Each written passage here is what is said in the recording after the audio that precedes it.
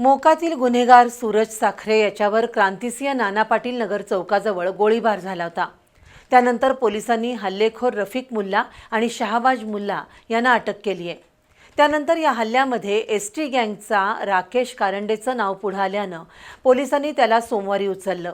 आज न्यायालयानं त्याला 27 जुलैपर्यंत पोलीस कोठडी सुनावली आहे।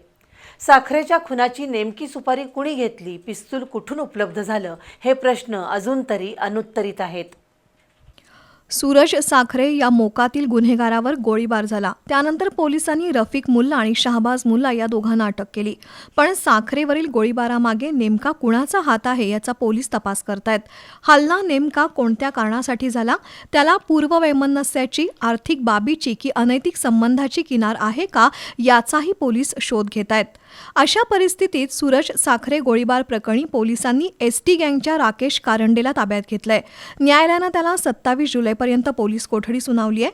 साखरेच्या खुनाची सुपारी त्यानंच घेतली होती का, एसटी गँगचा या गुन्ह्यात नेमका काय रोल आहे याचा पोलीस तपास करतायत। स्थानिक गुन्हे अन्वेषण शाखेकडून या प्रकरणाचा सावधपणे तपास सुरू असून यामागे काही राजकीय कनेक्शन आहेत का याचीही चाचपणी सुरू आहे।